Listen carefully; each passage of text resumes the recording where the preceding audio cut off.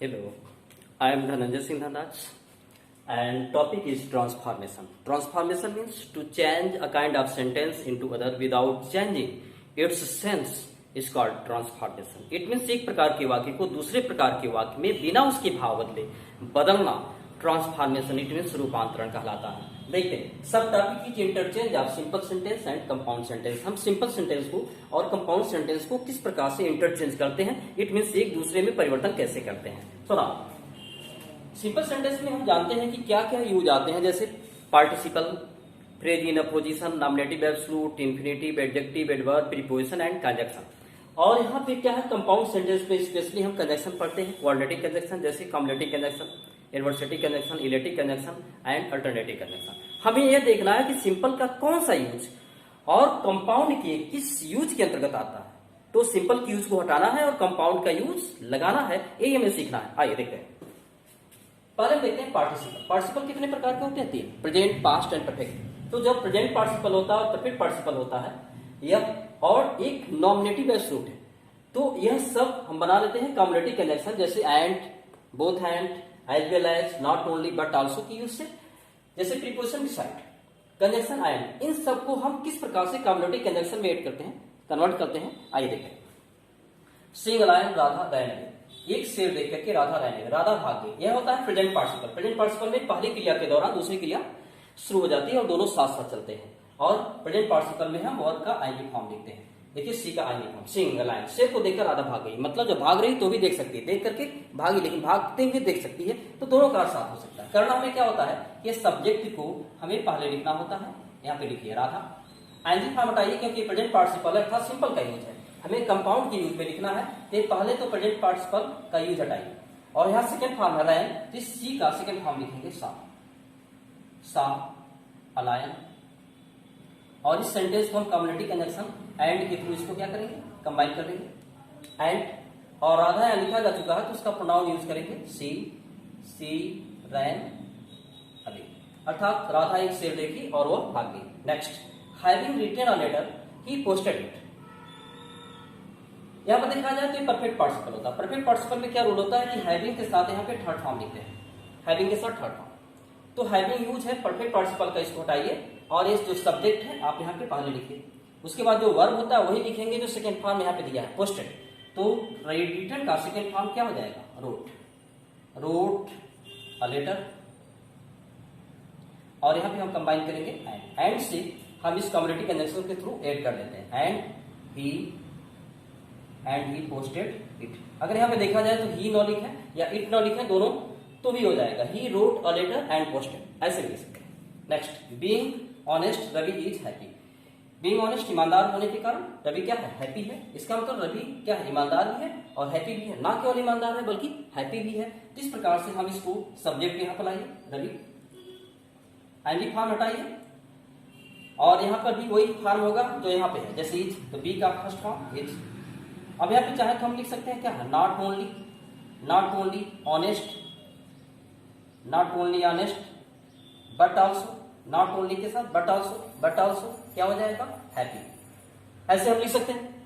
Next, the sun having risen the birds began to sing. यहाँ पे देखिए क्या है, यह जो है नॉमिनेटिव एब्सोल्यूट है। नॉमिनेटिव एब्सोल्यूट क्या होता है, एक प्रकार का पार्टिसिपल ही होता है। अंतर क्या होता है कि यहाँ पर देखिए पार्टिसिपल है तो यहाँ सब्जेक्ट एक बार दिया, ये भी पार्टिसिपल है तो सब्जेक्ट एक बार दिया। यहाँ पे पार्टिसिपल हैविंग और थर्ड फॉर्म, जैसे यहाँ पे परफेक्ट पार्टिसिपल है, ये भी परफेक्ट पार्टिसिपल ही है, लेकिन दोनों जगह सब्जेक्ट होने के कारण अलग अलग, ये नॉमिनेटिव एब्सोल्यूट के अंतर्गत होता है। कोई प्रॉब्लम नहीं है, एक प्रेजेंट पार्टिसिपल परफेक्ट पार्टिसिपल का जो यूज है हटा दीजिए और बचे हुए वाक्य को एक जैसा बना लीजिए। जैसे राइजन थर्ड है और यहाँ बिगन सेकंड है तो इसको भी सेकंड लिख लीजिए।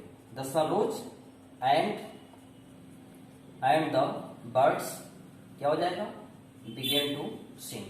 इस प्रकार से हम इसको एंड के थ्रू कंबाइन कर सकते हैं। Next, besides being laborious, laborious होने के अलावे ही इज ऑनेस्ट, वो ईमानदार भी है। देखिए बिसाइड्स क्या है, एक प्रीपोजिशन जिसको भी हम एंड या both and as well as, not only but also की यूज से बना सकते हैं। तो पहले तो हम सिंपल का यूज हटाएंगे, बिसाइड्स, ओके हट गया। उसके बाद यह है आईएनजी फॉर्म, ये प्रेजेंट पार्टिसिपल का यूज हट गया। अब सब्जेक्ट को यहाँ पे लाइए ही, और यहाँ बी के जगह पे इसका फॉर्म ही होगा सेम फॉर्म, इज। अब यह लेबोरियस भी है, ऑनेस्ट भी है, तो चाहे तो नॉट ओनली बट आल्सो के प्रयोग से बना सकते हैं, not only laborious but also क्या है, honest, not only but also. आप चाहे तो इसमें एंड का भी प्रयोग कर सकते हैं, चाहे तो बोथ एंड का भी प्रयोग कर सकते हैं। ऐसे ही is laborious as well as honest, ऐसे भी लिख सकते हैं। Next, besides mango she ate apple. यहाँ पे देखिए बिसाइड्स मैंगो, मैंगो के अलावा सी एट एपल, वह एपल भी खाई। तो बिसाइड्स क्या है, सिंपल का यूज हटाइए और यहाँ पे क्या लिख सकते हैं, सी एट मैंगो भी खाई एप्पल भी खाई, यहाँ पे लिख सकते हैं C ate not only mango but also apple. यहाँ तो ऐसे भी लिख सकते हैं C ate mango as well as apple. Next, Mahesh bought a pen and a book. तो यहाँ पे bought a pen and book, यह कंजक्शन एंड के थ्रू, तो यहाँ पर भी कंजक्शन एंड है।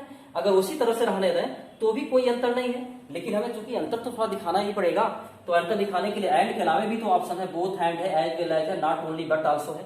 अगर हम यहाँ पे चेंजिंग न करें तो इसमें भी एंड है, इसमें भी एंड है, ऑलरेडी सही है। कंपाउंड में भी उतारना तो भी सही है, लेकिन फिर हम कुछ न कुछ अलग जैसा दिखना चाहिए। इसके लिए जब ऑप्शन हमारे पास है तो अलग जैसा दिखना ही चाहिए। जैसे इसको लिख सकते हैं हम क्या, Mahesh bought a pen and को हटा दीजिए और यहाँ पे चाहे तो हम कोई अदर यूज लिख सकते हैं कॉम्बिनेटिव कंजक्शन का, एज वेल एज का प्रयोग कर लीजिए। Mahesh bought a pen as well as a book, as well as के बोथ हैंड का भी प्रयोग कर सकते हैं। Mahesh bought both a pen and a book, या नॉट ओनली बट ऑल्सो का भी प्रयोग कर सकते हैं। Mahesh bought not only a pen but also a book. इस प्रकार से हम जो है यह पार्टिसिपल प्रीपोजिशन कंजक्शन और नॉमिनेटिव या रूट को कॉम्बिनेटिव कंजक्शन के थ्रू क्या करते हैं, कन्वर्ट कर सकते हैं, इंटरचेंज करते हैं। अब इसका नेक्स्ट स्टेप हम देखते हैं।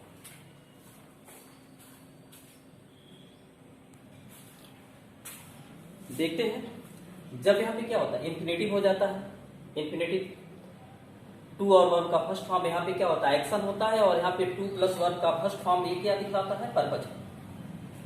यहाँ पे क्या होता है, जब पर्पज यहाँ पे निगेटिव जैसा दिखने लगता है, एक के वहां पे कंडीशन जैसा आ जाता है, तो हम इसको अदरवाइज अर्थात अल्टरनेटिव कंजक्शन के थ्रू इसको बना सकते हैं। इसमें आइदर आर, नाइदर आर, या क्या होता है, अदरवाइज होता है।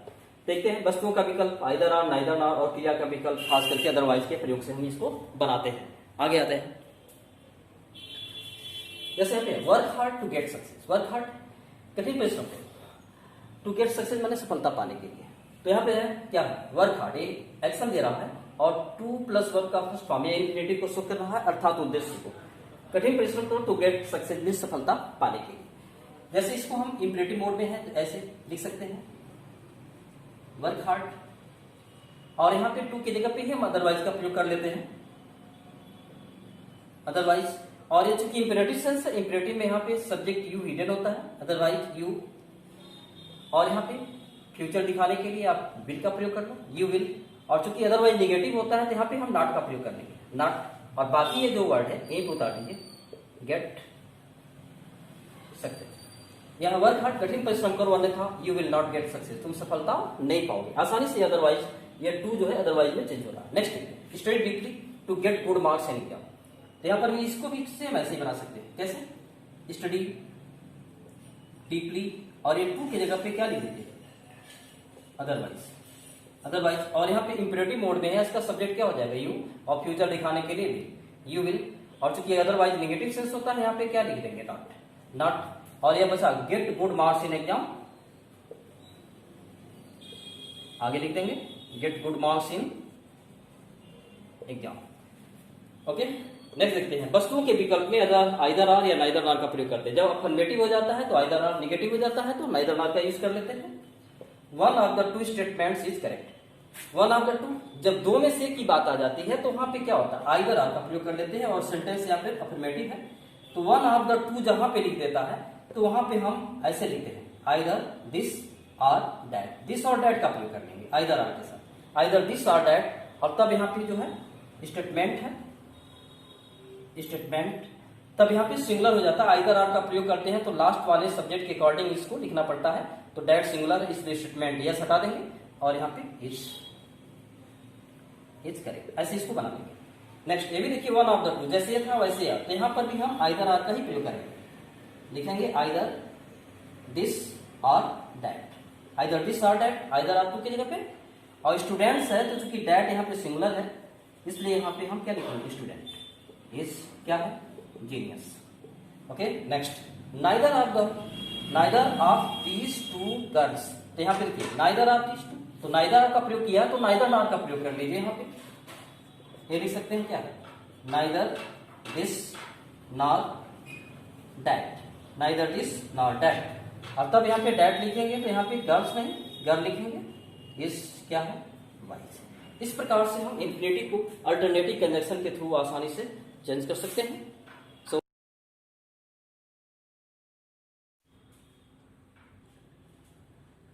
आइए देखते हैं, जब यहाँ पे प्रीपोजिशन इन स्पाइट ऑफ हो जाता है तो यह विरोधाभास हो जाता है, इन स्पाइट ऑफ के बावजूद, और ये आ जाता है एडवर्सेटिव कंजक्शन में। एडवर्सेटिव कंजक्शन होते हैं बट इट स्टिल, जब दोनों में सब्जेक्ट एक होता है या दोनों में सब्जेक्ट जब अलग अलग हो जाता है तो यहाँ पे वाइल या वेयर एज का प्रयोग कर लेते हैं। ओके देखते हैं, इन spite of her hard work, अपने कठिन परिश्रम के बावजूद, इन स्पाइट ऑफ के बावजूद, हर हार्ड वर्क अपने कठिन परिश्रम के बावजूद शी फेल्ड इन एग्जाम, वो एग्जाम में क्या हो गई, फेल हो गई। तो सबसे पहले हम सिंपल से जब कंपाउंड बनाएंगे तो ये यूज हटाएंगे, इन स्पाइट ऑफ हट गया। उसके बाद यहाँ पे सब्जेक्ट को लाएंगे, सब्जेक्ट देखिए यहाँ पे क्या है, सी, और इसमें हार्ड वर्क को क्रिया के रूप में बदलेंगे, और यहाँ पे फेल्ड सेकेंड फॉर्म में है तो हार्ड वर्क को यहाँ पे क्रिया के रूप में लिखिए, worked hard, she worked hard, but at still में से भी कोई भी प्रयोग कर सकते हैं, एट, और अगले वाले सेंटेंस में कोई चेंजिंग नहीं करेंगे, ये हो जाएगा सी फेल्ड इन क्या है, एग्जाम। यहाँ पे बट एट स्टिल कोई भी लिख सकते हैं, सी वर्कड हार्ड, वह कठिन परिश्रम की फिर भी वह एग्जाम में क्या हो गई, फेल हो गई। नेक्स्ट देखिए, in spite of her best effort, अपने अच्छे प्रयास के बावजूद Gita could not get success, Gita सफलता नहीं पाई, अर्थात प्रयास की तो सफलता पाना चाहिए लेकिन नहीं पाई, विरोधाभास है यहाँ पे। तो सबसे पहले हम सिंपल का जो यूज है इन स्पाइट ऑफ, इसको हटाएंगे और यहाँ पे हम सब्जेक्ट को लाते हैं, गीता हर बेस्ट एफर्ट का सेंस यहाँ पे देखिए, क्योंकि यहाँ सेकेंड फॉर्म है कुड, यहाँ पे हो जाएगा tried, Gita tried her best, Gita tried her best, और यहाँ पे बट एट स्टिल में से कोई भी लिख लीजिए यहाँ पे स्टिल, और यहाँ पे गीता लिखा जा चुका है तो उसका यहाँ पे प्रोनाउन यूज करेंगे, सी कुड नॉट गेट क्या है, सक्सेस। आसानी से बना सकते हैं इस प्रकार के कोई भी सेंटेंस इन स्पाइट ऑफ का आएगा तो हम बट एट स्टिल वाइल या वेयर एज के थ्रू क्या कर सकते हैं, बना सकते हैं। चलते हैं नेक्स्ट टॉपिक की।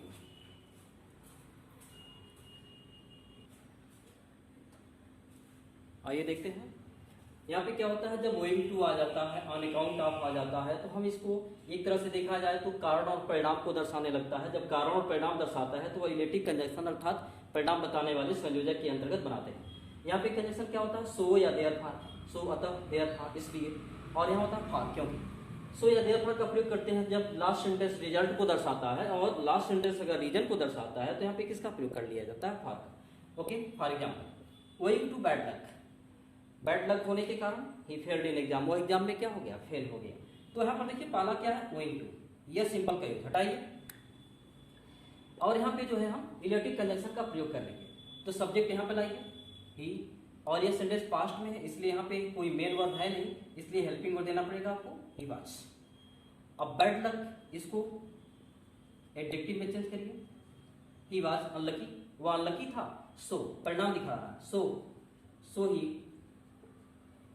ही फेल्ड इन एग्जाम। चाहे तो यहाँ पे देयर फॉर का प्रयोग कर सकते हैं, ही वाज अनलकी, वह अनलकी था, सो ही फेल्ड इन एग्जाम, वह एग्जाम में फेल हो गया। देयर फॉर का प्रयोग कर सकते हैं, इस प्रकार से एग्जाम में क्या हो गया, फेल हो गया, ऐसे भी लिख सकते हैं। यहाँ पे देखिए on account of his illness, अपने बीमारी के कारण ही वाज एब्सेंट, वह एब्सेंट था। तो यहाँ पे ऑन अकाउंट ऑफ हटाइए और सब्जेक्ट यहाँ लाइए ही, और यहाँ पे मेन वर्ब नहीं इसलिए यहाँ पे मेन वर्ब लाइए, हेल्पिंग वर्ब यहाँ पे देंगे ही वाज, और इलनेस का नाउन एडजेक्टिव बनाइए इल, ही वाज इल, वह बीमार था, देयर फॉर, सो यहाँ पे लिख सकते हैं परिणाम दिखला रहा है, देयर फॉर ही वाज क्या है, एब्सेंट, वह बीमार था इसलिए एब्सेंट था, सो का भी प्रयोग कर सकते हैं यहाँ पे। Next, Ravi was taken out of class, Ravi को क्लास से बाहर निकाल दिया गया, फॉर हिज डिसोबीडियंस माने उसकी अवज्ञाकारिता के लिए, रवि को क्लास के बाहर निकाल दिया गया उसकी अवज्ञाकारिता के लिए। तो यहाँ पे चाहे जिस प्रकार से हम सेंटेंस को पहले ला सकते हैं डिसोबीडियंट। कौन डिसोबीडियंट था? Ravi. Ravi was out. Disobedience जो यहाँ पे नाउन है, इसको एडजेक्टिव बनाते हैं।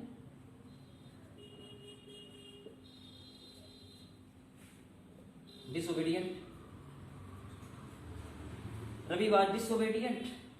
अब यहाँ पे इसको बाद में ले जाएंगे, तो यहाँ पे सो या देयरफॉर का प्रयोग कर सकते हैं। और अभी चूंकि यहाँ पे लिखा जा चुका है, प्रोनाउन यूज करेंगे। So he was taken out of class. या हम चाहें तो इसको सीधे भी लिख सकते हैं, रीजन बाद में रहने दीजिए, ऐसे भी लिख सकते हैं। Ravi was taken out of class.